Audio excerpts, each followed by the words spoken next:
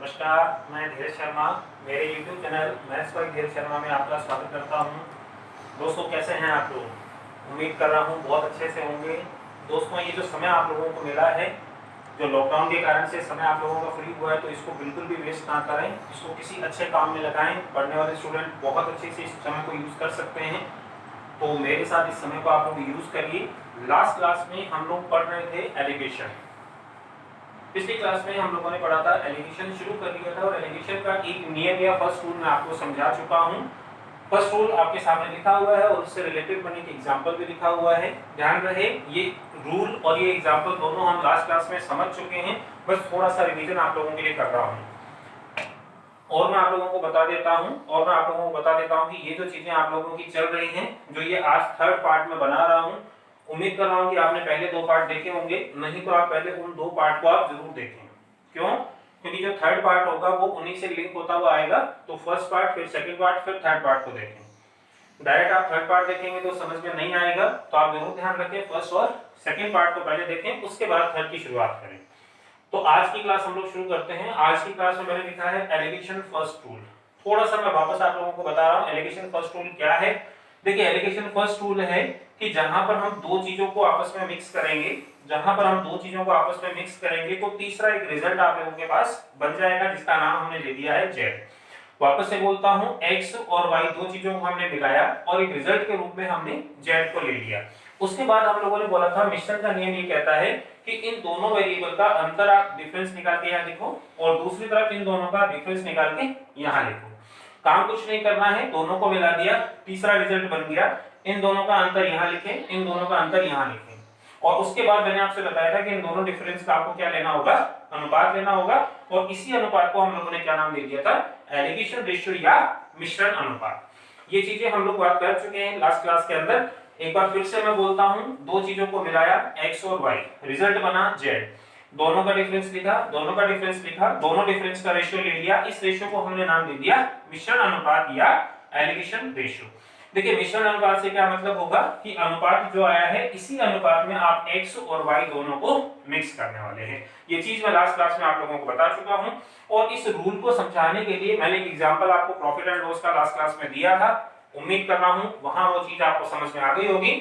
थोड़ा सा मैं उस चीज को रिपीट कर रहा हूं। एक और एग्जांपल आपके सामने लिखा हुआ है, जैसा कि आप बोर्ड पे देख पा रहे हैं। एक और एग्जांपल मैंने आप लोगों के सामने लिखा हुआ है। क्वेश्चन मैं बोल देता हूं आप लोगों को। मैं उम्मीद करूंगा कि आप लोग पहले इसको ट्राई करें और आंसर निकाल के देखें। वीडियो को आप पॉज कर लें एक बार और इस क्वेश्चन को जरूर करके देखें। मैं क्वेश्चन रिपीट कर देता हूं, सुनिए। क्वेश्चन लिखा हुआ है, एक दुकानदार 5,000 रुपए के सामान में से 1/5 भाग को 20% हानि से बेचता है, तो शेष सामान को कितने परसेंट लाभ पर बेचा जाए जिससे कुल मिलाकर 20% का लाभ हो जाए। कुल मिलाकर 20% का लाभ हो जाए। ये क्वेश्चन आप लोगों को करना है। वीडियो को आप लोग पॉज कर दें और एक बार क्वेश्चन की ट्राई करके देखें और बिल्कुल इसको जरूर करके देखें, क्योंकि लास्ट क्लास में हमने ये क्वेश्चन या एग्जांपल हम लोगों ने सॉल्व किया है, वहां पर आप लोगों ने आंसर दिया होगा। तो उम्मीद करता हूं आज भी आप लोग इस क्वेश्चन का आंसर दे पाएंगे। तो आप लोग करके देखें, 10 सेकंड का समय है आप लोगों के पास में, आप इसको एक बार जरूर करके देखें।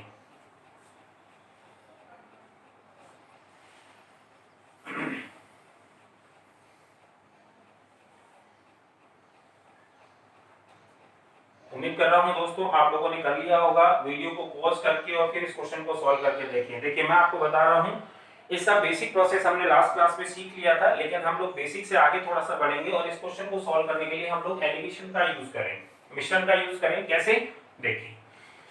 क्वेश्चन में सबसे पहले लिखा हुआ है कि 5,000 रुपए के सामान में से 1/5 भाग। इसका मतलब ये हुआ कि इस दुकानदार ने 5,000 का 1/5 भाग अलग कर लिया। ये हमने लास्ट क्लास में सीखा है, उसी को हम आगे बढ़ा रहे हैं। देखो, सबसे पहले दुकानदार ने 5,000 का 1/5 भाग अलग किया, तो आप बोलेंगे सर जो भाग बच जाएगा वो 5,000 का शेष भाग हो जाएगा। ठीक है, अब हमारे पास में दो चीजें आ गई, 5,000 का 1/5 भाग और दूसरा 5,000 में से जो बचा हुआ भाग है उसको हमने लिख दिया शेष भाग। अब देखो, 5,000 का यदि मैं 1/5 भाग निकालूं तो आप बोलोगे सर 5,000 का 1/5 भाग यदि आप निकालें तो ये वैल्यू मेरे पास में आ जाएगा 1,000 रुपए। देखो, 5000 का 1/5 भाग हमने सोल्व किया 1000 रुपए। इसका मतलब आपने 5000 में से 1000 रुपए को अलग कर लिया, तो शेष भाग जो बचेगा वो मेरे पास बच जाएगा कितना, 4000 रुपए। देखिए अभी हमने कुछ नहीं किया क्वेश्चन के अंदर, जैसा कि क्वेश्चन बोल रहा है कि 5000 को आपने दो भागों में बांटा है, कौन कौन सा, एक तो 1/5 और इसको निकालने के बाद जो शेष भाग बच गया वो दूसरी तरफ आ गया। अब सुनिए, पहला भाग 1000 रुपए, दूसरा भाग 4000 रुपए। फिर मैंने आपसे बोला था इन दोनों का आप लोग रेशियो ले लें, इन दोनों का यदि मैं अनुपात लूंगा तो आप बोलोगे सर अनुपात आ जाएगा 1:4। क्लियर है यहाँ तक का काम। 1000 और 4000 का रेशियो आ गया मेरे पास में 1:4। अब सुनिए, लास्ट क्लास में हम लोगों ने एक छोटी सी बात और की थी, छोटी सी बात और की थी, यहां पर मैं लिख देता हूं इसको, कि प्रॉफिट को आप लोग हमेशा लिखते हैं प्लस में और लॉस को हमेशा लिखते हैं माइनस में। इस चीज को आप जरूर ध्यान रखें एलिगेशन को प्रॉफिट एंड लॉस में यूज करते समय।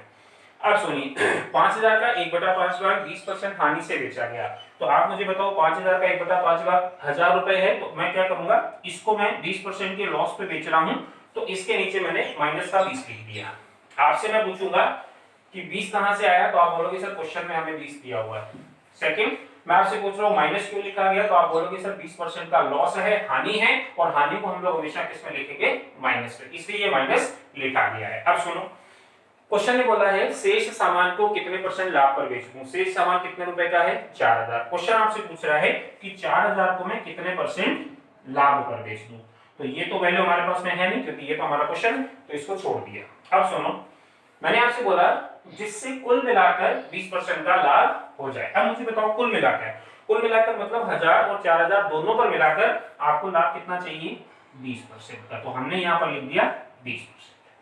अब आप मुझे बताओ ये 20% हमने प्लस क्यों लिखा, पॉजिटिव क्यों लिखा, क्योंकि आप बोलेंगे सर लाभ है और लाभ को हमेशा हम एलिगेशन में क्या लिखते हैं, प्लस लिखते हैं, तो हमने यहाँ पर पॉजिटिव 20 लिख दिया, प्लस का 20 लिख दिया। अब बढ़िया आगे, मिश्रण में हमने आपसे बोला था कि इन दोनों का आपको रेशियो अंतर निकालना होगा और इन दोनों का भी मुझे डिफरेंस या अंतर निकालना होगा। सुनो, इन दोनों का अंतर मैं निकाल नहीं सकता हूं, क्यों, क्योंकि मेरे पास में वैल्यू नहीं है।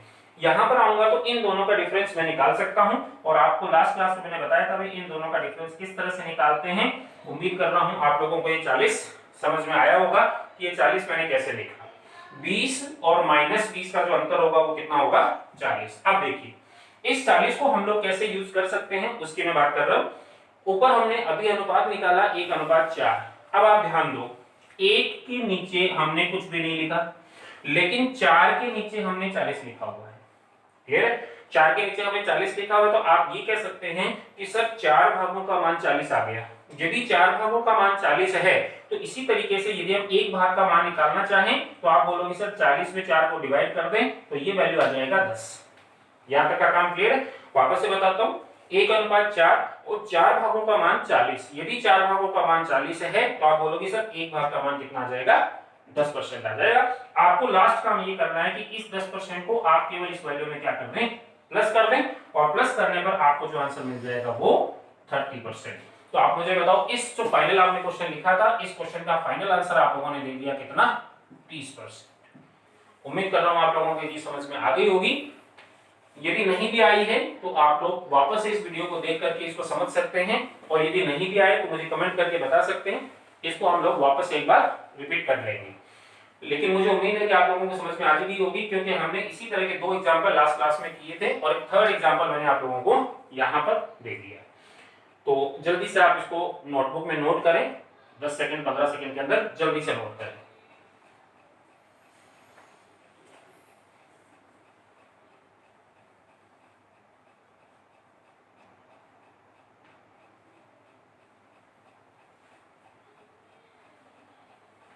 उम्मीद कर रहा हूं भाई आप लोगों ने नोट कर लिया होगा, उम्मीद कर रहा हूं आप लोगों ने नोट कर लिया होगा भाई।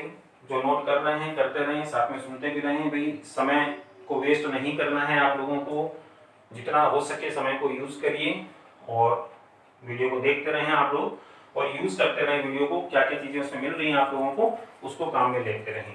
और आपको एक रिक्वेस्ट आप लोगों से कर रहा हूँ कि यदि आप लोगों को वीडियो पसंद आ रहा हो तो आप लाइक जरूर करें और वीडियो को शेयर करें, ताकि आपके दोस्तों को ज्यादा से ज्यादा फायदा मिल सके। और चैनल को जरूर सब्सक्राइब करें। यदि आपको ये वीडियो सब पसंद आ रही है तो सारे काम आप लोगों को करने हैं, जरूर से करने हैं, ध्यान रखें। चलिए शुरुआत कर रहे हैं हम लोग, वापस से आ जाए एक बार। अब देखिए हमने पूरा एग्जांपल सॉल्व कर लिया और आप चाहें तो मैं इसमें से एक छोटी सी चीज और आपकी कम कर सकता हूं, कैलकुलेशन आप लोगों का और कम हो सकता है, थोड़ा सा आप लोग ध्यान से समझिए। कैसे? सुन, देखिए इस क्वेश्चन में और क्या कम हो सकता है और हम लोग इसको शॉर्ट कैसे बना सकते हैं, मिनिमाइज टाइम में कैसे इसको सॉल्व कर सकते हैं। देखिए जरा ध्यान से, आप मुझे बताओ यहां से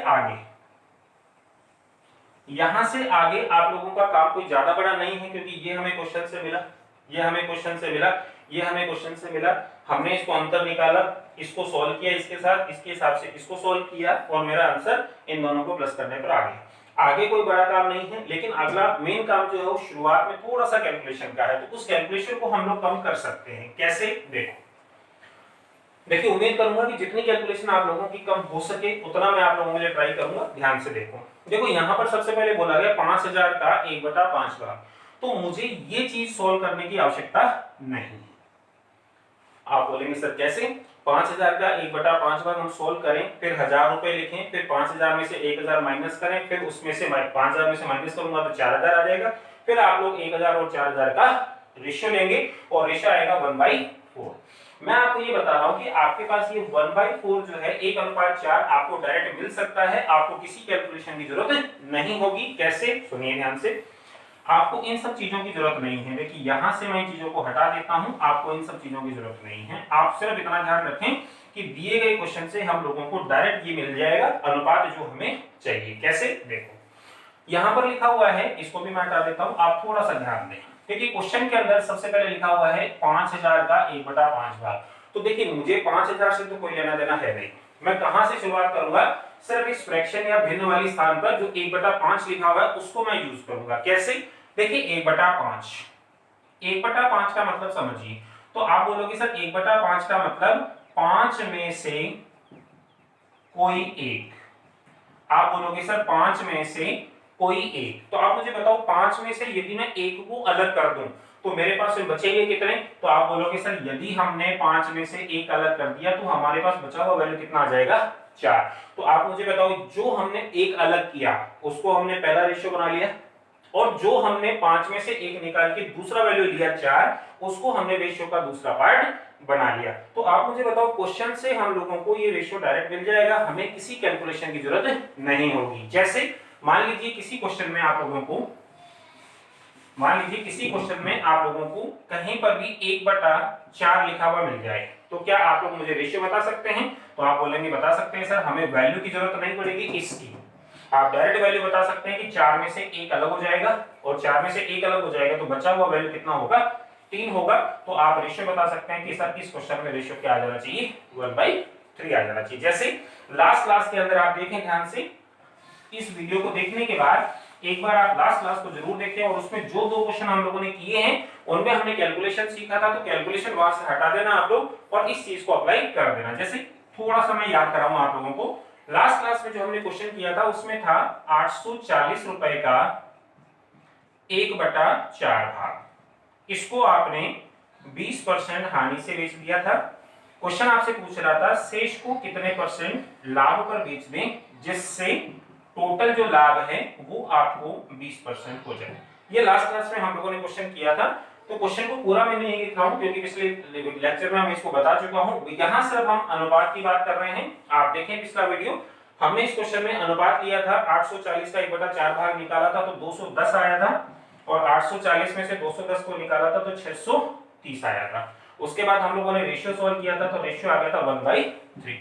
अब आप मुझे बताओ इतनी कैलकुलेशन की मुझे जरूरत नहीं पड़ेगी, मैं डायरेक्ट बोलूंगा कि सर आपने बोला है 1/4, इसका मतलब 4 में से हम एक भाग अलग कर लेंगे, तो वो एक भाग मैंने यहाँ पर अलग कर लिया, उसके बाद में 4 में से एक अलग कर लूंगा तो बचे हुए 3 भाग मुझे अलग से करने नहीं पड़ेंगे, तो मेरे पास में डायरेक्ट रेशियो मिल जाएगा 1/3। उम्मीद कर रहा हूँ ये चीज आप समझ पाए होंगे, क्योंकि छोटा सा कैलकुलेशन जो है वो मैंने कम कर दिया है। इन छोटी छोटी जो चीजों का ध्यान रखें भाई, जो सब्जेक्ट आप लोग पढ़ रहे हैं मैथ्स, उसमें छोटी छोटी चीजों का आप विशेष ध्यान रखें, क्योंकि इन्हीं से आप लोगों का समय या टाइम जो है वो सेव होगा, और वहां एग्जाम के अंदर ये चीजें बहुत यूजफुल आप लोगों के होंगी। तो जल्दी से आप इस चीज को शॉर्ट में नोट जरूर कर लें अपने नोटबुक के अंदर 10 सेकंड के अंदर।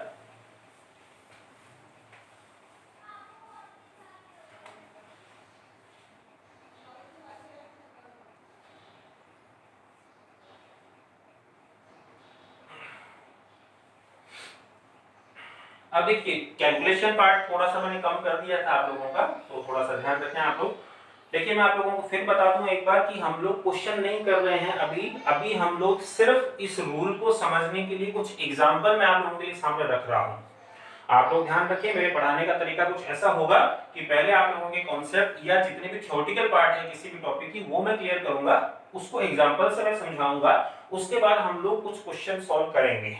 और ध्यान रखें सभी लेवल के क्वेश्चन हम लोग कवर करेंगे, आसान लेवल, हायर लेवल, जो हायर लेवल में पूछे जाते हैं एसएससी वगैरह में, वो क्वेश्चन भी हम लोग यहाँ पर अप्लाई करेंगे। तो आप लोग ध्यान रखें ये क्वेश्चन मैंने स्टार्ट नहीं किए हैं, ये मैंने सिर्फ एग्जांपल दिए हैं इस फर्स्ट रूल को समझाने के लिए। ठीक है, यहाँ तक का काम।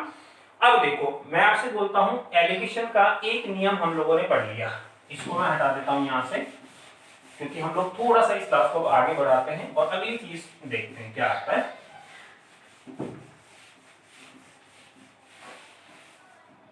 अब देखिए एलिगेशन का एक रूल मैं आप लोगों को बता चुका हूं जो सामने बोर्ड पे लिखा हुआ है, और अब हम लोग बात कर रहे हैं एलिगेशन सेकंड रूल की। एलिगेशन सेकंड रूल की दूसरा नियम क्या होगा उसको हम लोग अब सॉल्व कर रहे हैं। देखिए सबसे पहले जैसे मैंने फर्स्ट नियम आप लोगों को पहले नियम समझाया था, उसके बाद हम लोगों ने नियम से एक एग्जांपल लिए, एग्जांपल से हम लोगों ने इसको समझ लिया। अब बढ़ते हैं सेकंड रूल की तरफ। अब आप सुनो, सेकंड रूल सीधा सीधा लिंक होगा किससे?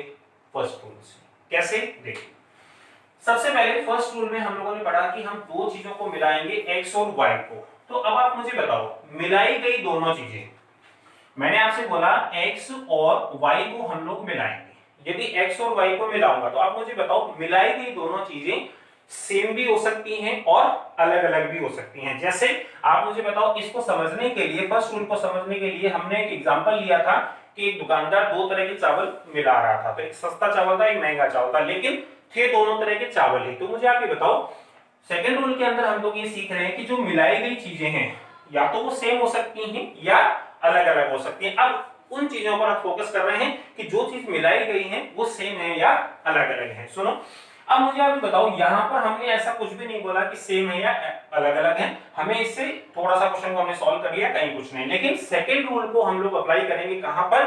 जहां पर हमें देखना होगा कि हम लोग दो सेम चीजों को मिला रहे हैं या अलग अलग चीजों को मिला रहे हैं। तो सुनिए जरा ध्यान से, मैंने अभी आप लोगों से बोल दिया कि x और y इन दोनों वेरिएबल को हम मिला रहे हैं, तो आप लोग जरूर ध्यान रखें कौन कौन सी चीजें। कि सबसे पहले तो आपको ये ध्यान रखना है कि x और y यदि दोनों सेम है, बराबर लिखने का मतलब वैल्यू बराबर नहीं है, आप जरूर ध्यान रखें। मैं सिर्फ ये कह रहा हूं कि दोनों का टाइप सेम होना चाहिए।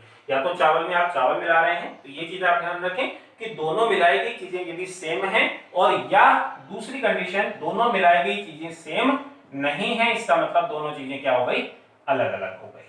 अब आप सुनिए, मैंने आपसे दो कंडीशन बोल दी, या तो मिलाई गई दोनों चीजें सेम होंगी या मिलाई गई दोनों चीजें अलग अलग होंगी। छोटी सी चीजों का ध्यान रखें, यदि मिलाई गई दोनों चीजें सेम है, यदि मिलाई गई दोनों चीजें सेम है, ध्यान से सुने मैं फिर बोल रहा हूं, मिलाई गई दोनों चीजें सेम है तो y वाले कॉर्नर पर आपको हमेशा ही वैल्यू कितना लिखना होगा? 100। ठीक है, आप लोग ध्यान रखें इस चीज को। सेकंड नियम बहुत अच्छा नियम है, कई जगह आप यूज करेंगे, जो मिश्रण या घोल या सॉल्यूशन वाले जो क्वेश्चन आते हैं भाई वहां पर इस रूल का यूज हम लोग करने वाले हैं। कैसे? देखो मैंने आपसे बोला x और y दोनों यदि सेम हैं तो y कॉर्नर हमेशा 100% होगा, और इसका इनवर्स कर दूं, मैं बोलूं x और y ये दोनों यदि सेम नहीं है, दोनों अलग अलग हैं, तो आप y को हमेशा कितना परसेंट लिखेंगे? 0%। ये दो चीजें आप लोगों को ध्यान रखनी है। कौन कौन सी दो चीजें मैं फिर बताता हूं आपको। यदि x और y दोनों सेम है तो y कॉर्नर हमेशा 100 होगा, और यदि दोनों अलग अलग है तो y कॉर्नर हमेशा 0 होगा। अब आपके दिमाग में चीज तो आ रही होगी कि y का तो सर ने बता दिया कि y या तो 100 हो सकता है या 0 पॉसिबल हो सकता है। दो ही कंडीशन बन सकती है, कब? जब x और y दोनों सेम होंगे तो y 100 होगा, और दोनों अलग अलग होंगे तो y का मान 0 होगा। लेकिन ध्यान रहे आपके दिमाग में क्वेश्चन ये आएगा कि y का कॉन्सेप्ट तो समझ में आ गया कि 100 और 0 होगा, लेकिन x कहां से आएगा और z कहां से आएगा? तो मैं आपको बता दूं भाई x और z, मैं आपको बता दूं सेकंड रूल के अंदर x और z ये दोनों ही चीजें आपको क्वेश्चन की तरफ से मिलती हैं। आप लोग जरूर ध्यान रखें, मैं आपको एग्जांपल कराऊंगा, इस चीज को एग्जांपल से हम लोग समझेंगे, एग्जांपल से और भी अच्छा क्लियर हो जाएगा। बहुत सारे एग्जांपल मैं आप लोगों को देने वाला हूं। अब आप सुनिए फिर से, मैंने आपसे बोला कि मुझे एलिगेशन फर्स्ट रूल में आपको ये पता चला कि हमें तीन चीजें चाहिए x y z, जिससे हम लोग आगे इसको सॉल्व कर सकते हैं। लेकिन सेकेंड रूल में हम लोग ये सीख रहे हैं कि हमें x और z क्वेश्चन से मिल गया। मैंने अभी बोला x और z हमें क्वेश्चन से मिल जाएगा, लेकिन y हमें अपनी तरफ से लिखना होगा। ध्यान रखें, मैंने आपसे बोल दिया y के दो ही वैल्यू पॉसिबल हैं, या तो 100 होगा या 0 होगा। इन दो चीजों का ध्यान रखें, या तो y का मान 100 होगा या 0 होगा। ध्यान रखें 100 कब होगा, जब मैंने बोला x और y दोनों क्या हो, समान हो। एक जैसी चीजों को मिलाने पर y का मान 100 होगा और अलग-अलग चीजों को मिलाने पर y का मान हमेशा 0 होगा। अब सुनिए, मैंने आपको बोला मुझे तीन चीजें चाहिए x, y और z। हमें x और z क्वेश्चन ने दे दिया, y हमने अपनी तरफ से लिख लिया। तो मुझे बताओ, एलिगेशन फर्स्ट रूल आपको ये बताता है कि हमें यदि तीन वेरिएबल मिल जाएं तो आगे का कैलकुलेशन हम लोग कर सकते हैं। तो आप बताओ, यहां पर तीनों वेरिएबल आ चुके हैं, कैसे? x और z क्वेश्चन से आ गया, y हमने अपनी तरफ से लिख दिया, या तो 100 या 0। ध्यान रखें, उसके बाद सेम काम आगे फर्स्ट रूल की तरह होगा। यहां पर भी हमें दोनों का डिफरेंस लेना होगा और यहां पर भी हमें दोनों का डिफरेंस लेना होगा। सेम काम होगा, आगे कोई चेंज आपको करना नहीं है। और दोनों तरफ के रेशियो का जो अंतर आएगा, रेशियो जो आ रहे हैं, उन दोनों का मुझे क्या करना होगा, रेशियो निकालना होगा। और इसी रेशियो को आप लोग नाम दे देते हैं वापस एलिगेशन रेशियो। तो अब आप लोग मुझे बताओ, फर्स्ट रूल हमने पढ़ा, सेकंड रूल हमने पढ़ा। फर्स्ट रूल में ऐसी कोई चीज नहीं आई कि दो समान चीजों को मिलाऊंगा या असमान को मिलाऊंगा, ऐसा कुछ नहीं था। लेकिन सेकंड कॉन्सेप्ट में आपने सीखा कि यदि हम दो समान चीजों को मिलाएंगे तो y का कॉन्सेप्ट हमेशा 100 होगा, और यदि हम दो अलग-अलग चीजों को मिलाएंगे तो y का मान हमेशा 0 होगा। ये चीजें आप ध्यान रखें। एक बार मैं फिर से रिपीट करता हूं, या पहले आप लोग इसको नोट करें, उसके बाद मैं फिर एक बार रिपीट करूंगा, उसके बाद आगे बढ़ते हैं।